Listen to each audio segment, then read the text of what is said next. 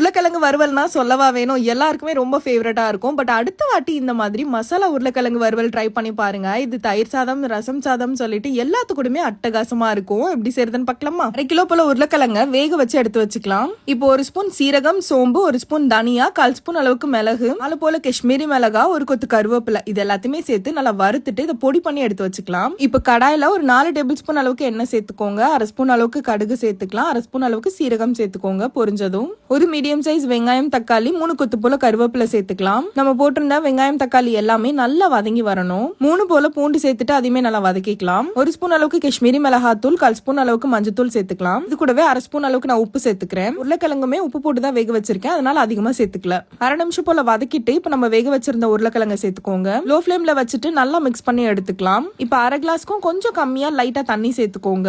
High ஃபிளேம்ல வச்சுக்கோங்க. தண்ணி எல்லாம் நல்லா ட்ரை ஆகுற அளவுக்கு ஃப்ரை பண்ணி எடுத்துக்கலாம். இந்த டைம்ல நம்ம அரைச்சு வச்சிருந்த பொடியை மேல சேர்த்துக்கோங்க. ஃபுல்லா நல்லா மிக்ஸ் பண்ணிட்டு இப்ப க்ளோஸ் பண்ணிட்டு லோ ஃபிளேம்ல வச்சுட்டு ஒரு 2 நிமிஷம் போல நல்லா குக் பண்ணி எடுத்துக்கலாம். அவ்வளவுதாங்க, நல்லா கமகமன்னு மசாலா உருளைக்கிழங்கு வறுவல் ரெடி. டேஸ்ட் வேற லெவல்ல இருக்கும். சோ கண்டிப்பா ட்ரை பண்ணுங்க. மறக்காம நம்ம பேஜ் ஃபாலோ பண்ணிக்கோங்க. பை.